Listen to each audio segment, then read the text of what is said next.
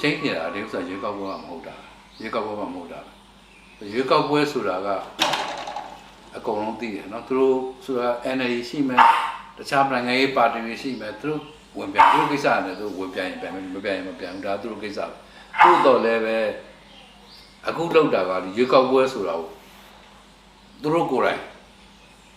လုပ်တယ်သူတို့ကိုယ်တိုင်ပါတယ်သူတို့ကိုယ်တိုင်အရွေးချက်ခံအောင်သူတို့ဆောင်ရွက်နေကြတာဖြစ်တာဟုတ်ဒါကတစ်ခုပေါ့နောက်တစ်ခုကပါလဲဆိုတော့ဒီတော့တိုင်းပြည်မှာရှိတဲ့နိုင်ငံရေးအဖွဲ့အစည်း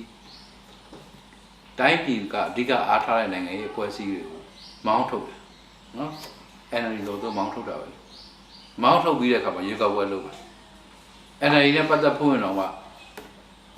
သူတို့တော်စီစစ်တယ်အဲ့လိုအခြေအနေမျိုးတွေဖြစ်တယ်သူတို့လူနဲ့သူတို့ပဲရေကောက်ပွဲဝင်မယ်ဆိုသူတို့ကသူပြင်ဆင်တဲ့ကိစ္စလေအဲ့ဒီတော့ကျွန်တော်တို့တွေကကိစ္စထောက်ခံရမှာဆိုတကယ်လည်းရေကောက်ပွဲမဟုတ်ဘူးဆိုတော့အဲ့ဒါကြောင့်လို့ပါကျွန်တော်ဒီကတော့ဒီရေကောက်ပွဲလက်ခံဖို့ကဘယ်လိုမှမဖြစ်နိုင်ဘူး